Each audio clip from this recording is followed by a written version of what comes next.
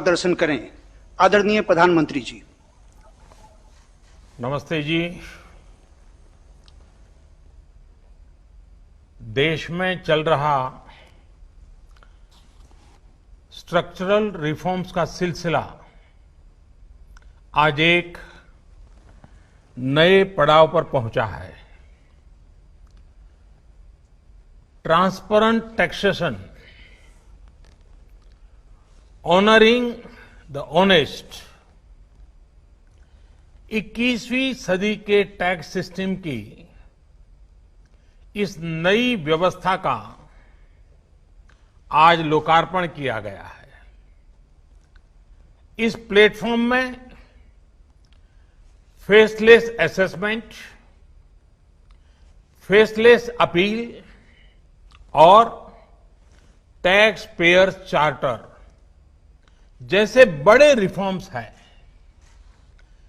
Faceless assessment और tax payers charter आज से ही लागू हो गए हैं, जबकि फेसलेस अपील की सुविधा 25 सितंबर यानी दीनदयाल उपाध्याय जी के जन्मदिन से पूरे देश भर में नागरिकों के लिए उपलब्ध हो जाएगी। अब टैक्स सिस्टम भले ही फेसलेस हो रहा है, लेकिन टैक्स पेयर को ये फेयरनेस और फियरलेसनेस का विश्वास देने वाला है। ये सभी टैक्स पेयर्स को इस महत्वपूर्ण तोहफे के लिए मैं बहुत बहुत बधाई देता हूं और इनकम टैक्स विभाग के सभी अधिकारियों को, हर छोटे मोटे कर्मचारी को भी बहुत बहुत शुभकामनाएं देता हूं। साथियों, बीते 6 वर्ष में हमारा फोकस रहा है banking the unbank, securing the unsecured और funding the unfunded.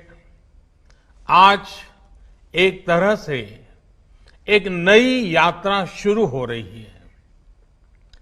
Honouring the honest, ईमानदार का सम्मान। देश का ईमानदार टैक्स पेयर राष्ट्र निर्माण में बहुत बड़ी भूमिका निभाता है।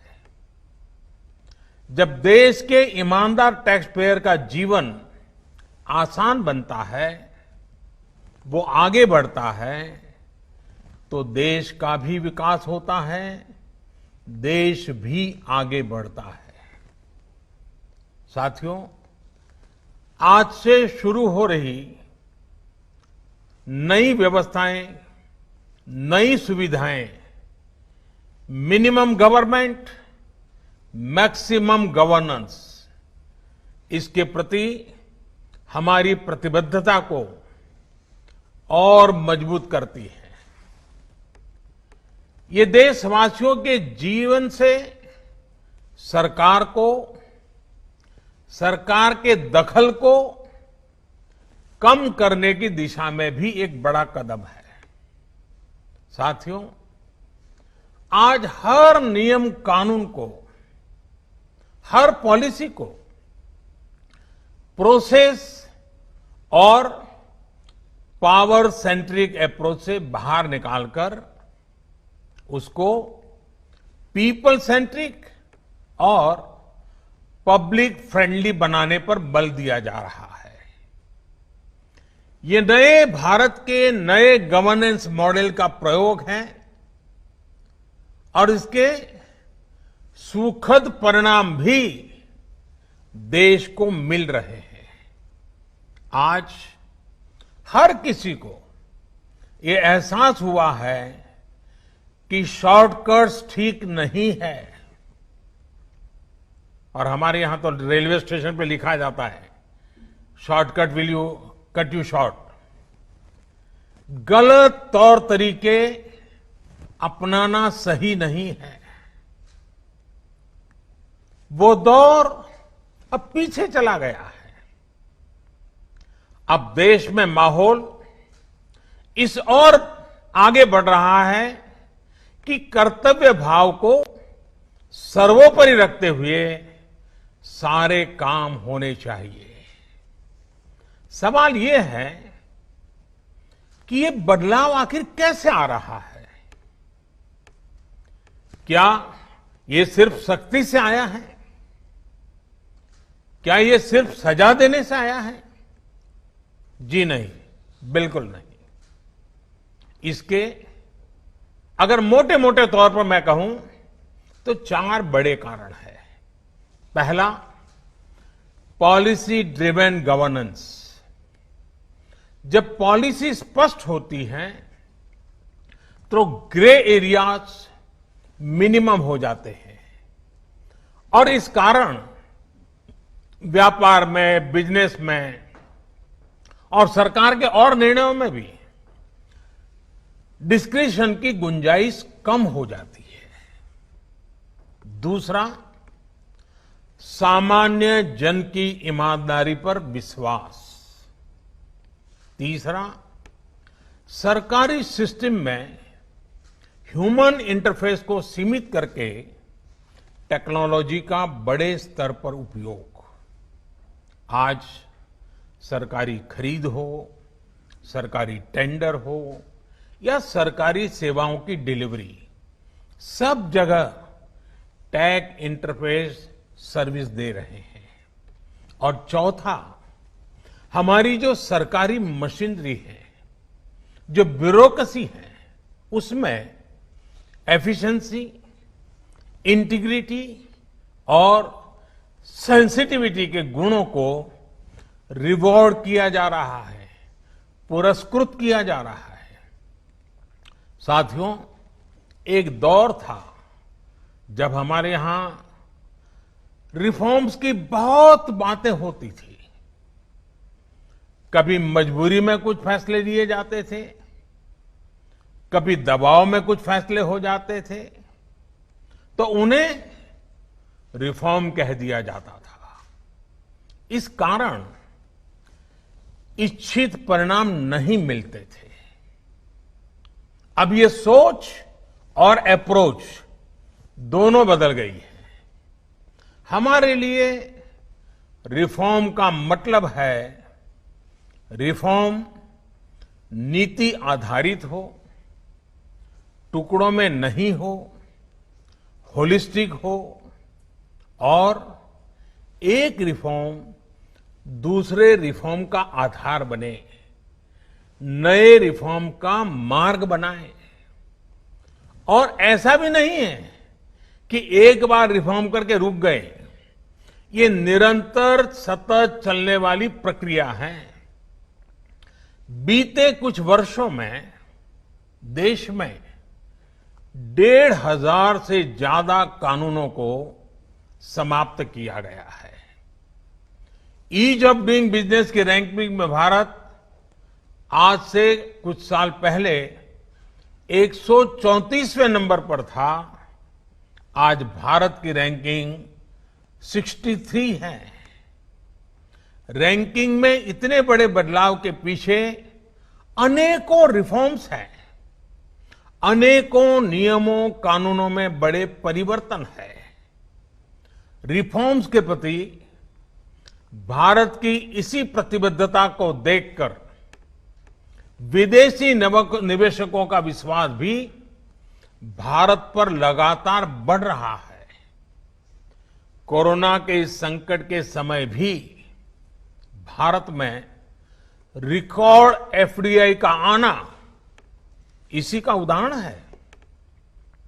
साथियों, भारत के टैक्स सिस्टम में फंडामेंटल और स्ट्रक्चरल रिफॉर्म्स की जरूरत इसलिए थी क्योंकि हमारा आज का ये सिस्टम गुलामी के कालखंड में बना और फिर धीरे धीरे इवॉल्व हुआ। आजादी के बाद इसमें यहां वहां थोड़े बहुत परिवर्तन किए गए, लेकिन लार्जली सिस्टम का कैरेक्टर, उसकी चाल चलन वही रहा।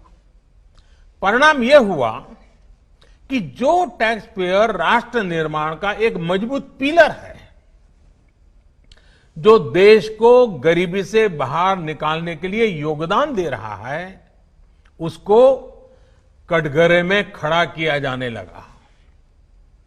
इनकम टैक्स का नोटिस फरमान की तरह बन गया।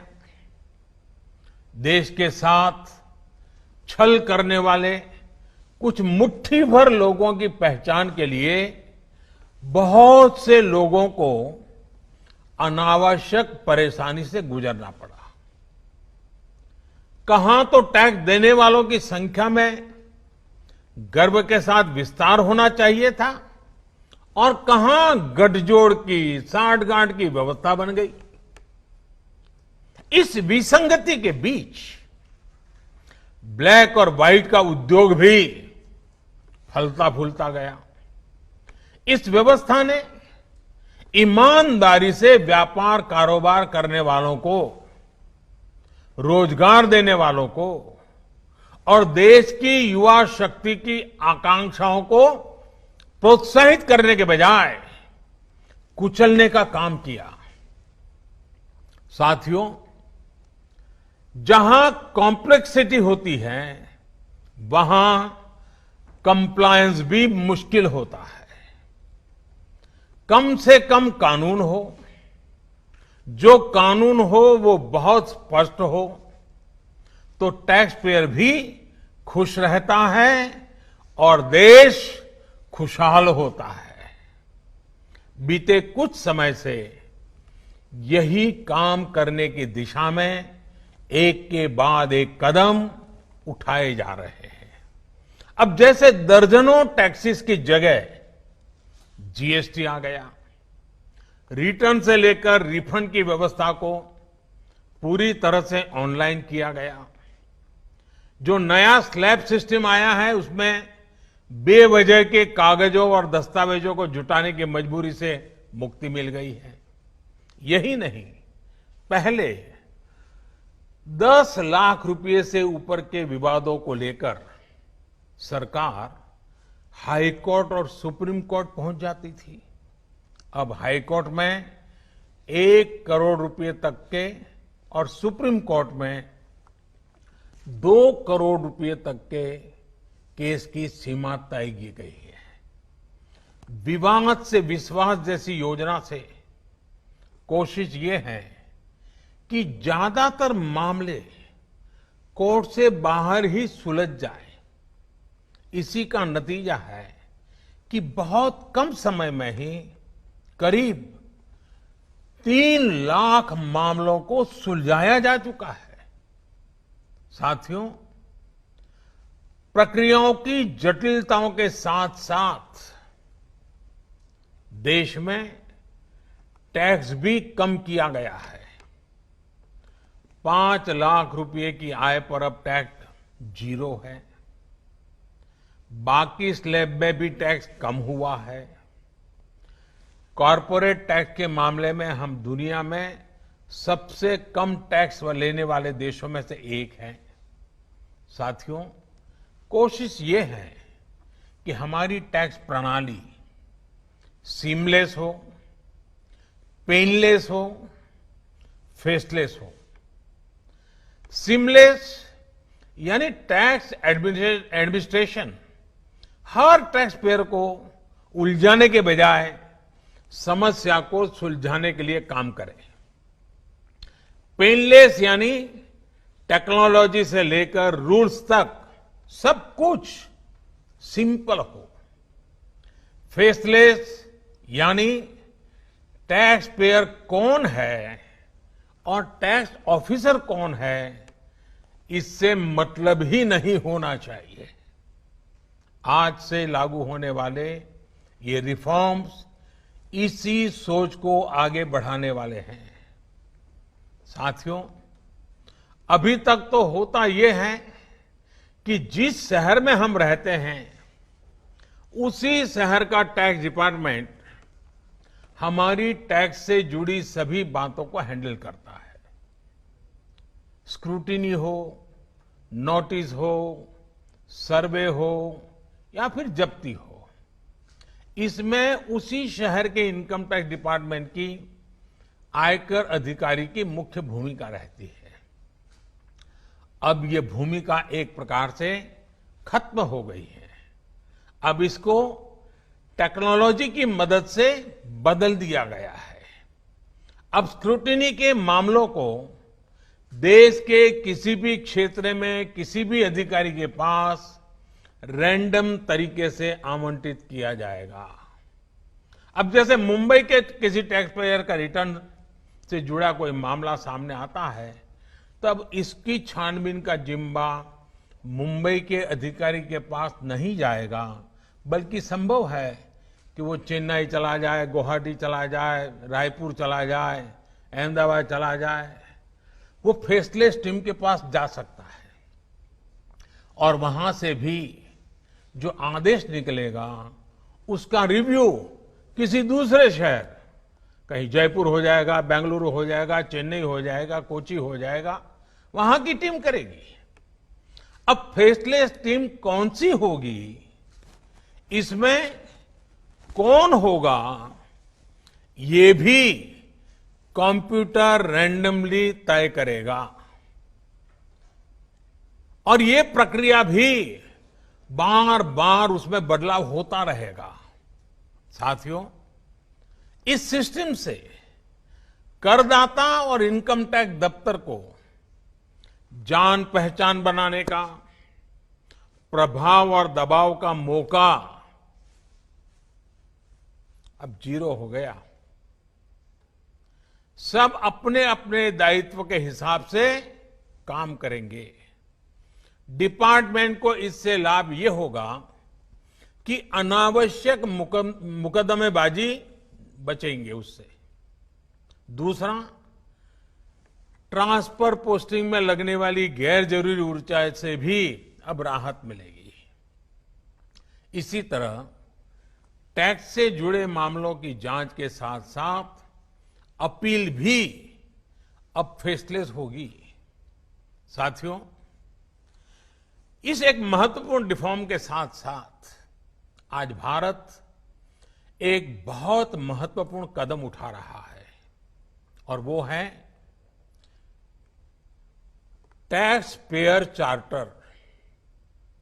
ये टैक्स पेयर चार्टर भी देश की विकास यात्रा में बहुत बड़ा कदम है और टैक्स पेयर के लिए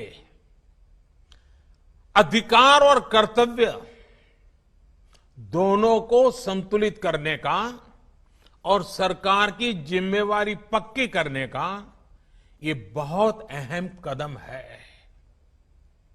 टैक्स पेयर को इस स्तर का सम्मान और सुरक्षा देने वाले दुनिया में बहुत कम देश है, गिने चुने देश हैं। लेकिन अब भारत भी इस महत्वपूर्ण कदम की ओर अपने आप को ले जाकर के उसमें शामिल हो गया है। अब टैक्स पेयर को उचित, विनम्र और तर्क संगत व्यवहार का भरोसा दिया गया है। यानी आयकर विभाग को अब टैक्स पेयर की डिग्निटी का संवेदनशीलता के साथ ध्यान रखना होगा। अब टैक्स पेयर की बात पर विश्वास करना होगा। डिपार्टमेंट उसको बिना किसी आधार के ही शक की नजर से नहीं देख सकता। अगर किसी प्रकार का संदेह है भी तो टैक्स पेयर को अब अपील और समीक्षा का भी अधिकार दिया गया है। साथियों, अधिकार हमेशा दायित्वों के साथ आता है, कर्तव्यों के साथ आते हैं। इस चार्टर में भी टैक्स पेयर से कुछ अपेक्षाएं की गई हैं। टैक्स पेयर के लिए टैक्स देना या सरकार के लिए टैक्स लेना ये कोई हक का अधिकार का विषय नहीं है, बल्कि ये दोनों का दायित्व है, जिम्मेवारी है, कर्तव्य है, रिस्पॉन्सिबिलिटी है। टैक्स पेयर को टैक्स इसलिए देना है क्योंकि उसी से सिस्टम चलता है। देश की एक बड़ी आबादी के प्रति देश अपना फर्ज निभा सकता है और उज्जवल भविष्य की ओर कदम भी रख सकता है। इसी टैक्स से खुद टैक्स पेयर को भी तरक्की के लिए, प्रगति के लिए बेहतर सुविधाएं और इंफ्रास्ट्रक्चर मिल पाता है। वहीं सरकार का ये दायित्व है कि टैक्स पेयर की पाई पाई का सदुपयोग करे। ऐसे में आज जब करदाताओं को सुविधा और सुरक्षा ये दोनों मिल रही हैं, तो देश भी हर टैक्स पेयर से अपने दायित्वों के प्रति ज्यादा जागरूक रहने की अपेक्षा करता है। साथियों, देशवासियों पर भरोसा, इस सोच का प्रभाव कैसे जमीनी पर नजर आता है, ये समझना भी बहुत जरूरी है। वर्ष 2012-13 में जितने टैक्स रिटर्न होते थे उसमें से 0.94% की स्क्रूटनी होती थी। वर्ष 2018-19 में ये आंकड़ा घटकर 0.26% पर आ गया है। यानी केस की स्क्रूटनी करीब करीब 1/4 हो गई है, 4 गुना कम हुई है। स्क्रूटनी का 4 गुना कम होना अपने आप में बता रहा है कि बदलाव कितना व्यापक है। साथियों, बीते 6 वर्षों में भारत ने टैक्स एडमिनिस्ट्रेशन में गवर्नेंस का एक नया मॉडल विकसित होते देखा है। We have decrease complexity, decrease taxes, decrease litigation, increase transparency, increase tax compliance, increase trust on the tax payer. साथियों, इन सारे प्रयासों के बीच बीते 6-7 साल में इनकम टैक्स रिटर्न भरने वालों की संख्या में करीब 2.5 करोड़ की वृद्धि हुई है। ये वृद्धि तो बहुत बड़ी है, लेकिन इस बात का हम इनकार नहीं कर सकते हैं कि इसके बावजूद भी 130 करोड़ के देश में ये बहुत कम है, बहुत कम है। इतने बड़े देश में सिर्फ 130 करोड़ में से 1.5 करोड़ साथी ही इनकम टैक्स जमा करते हैं। 130 करोड़ में 1.5 करोड़। मैं आज देशवासियों से भी आग्रह करूंगा, जो सक्षम है उनको भी आग्रह करूंगा, भिन्न भिन्न करके व्यापार उद्योग के संगठन चलाते हैं उनको भी आग्रह करूंगा। इस पर हम सबको चिंतन करने की जरूरत है। देश को आत्मचिंतन करना होगा और ये हमारा आत्मचिंतन ही आत्मनिर्भर भारत के लिए आवश्यक है, अनिवार्य है। और ये जिम्मेदारी सिर्फ टैक्स डिपार्टमेंट की नहीं है, ये जिम्मेवारी हर हिंदुस्तानी की है, हर भारतीय की है जो टैक्स देने में सक्षम है, लेकिन अभी वो टैक्स नेट में नहीं है। वो स्वप्रेरणा से अपने आत्मा को पूछे, आगे आए। और अभी 2 दिन के बाद 15 अगस्त है। आजादी के लिए मरने मिटने वालों को जरा याद कीजिए, आपको लगेगा हां, मुझे भी कुछ न कुछ देना चाहिए। आइए विश्वास के, अधिकारों के, दायित्वों के इस महत्वपूर्ण भावना का सम्मान करते हुए, इस प्लेटफॉर्म का सम्मान करते हुए नए भारत, आत्मनिर्भर भारत के संकल्प को सिद्ध करें। एक बार फिर देश के वर्तमान और भावी ईमानदार टैक्स पेयर को बहुत बहुत बधाई देता हूं, शुभकामनाएं देता हूं। और ये पहल, ये बहुत बड़ा फैसला लिया गया है। इनकम टैक्स के अधिकारियों को भी जितनी बधाई दे उतनी कम है।